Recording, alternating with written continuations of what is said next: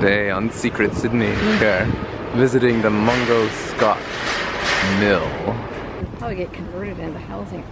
I hope they do something with it. It's a cool building. Ah, here we go.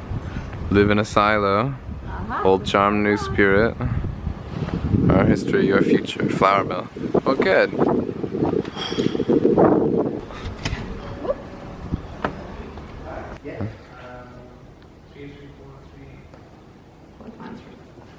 That would be pretty cool, wouldn't it?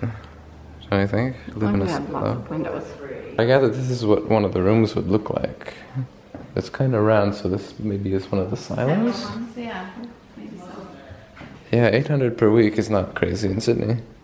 Here's your view of Sydney skyline. So this would be a pretty good size apartment. 400.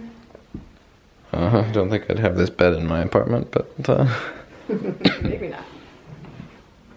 This thing would definitely stay.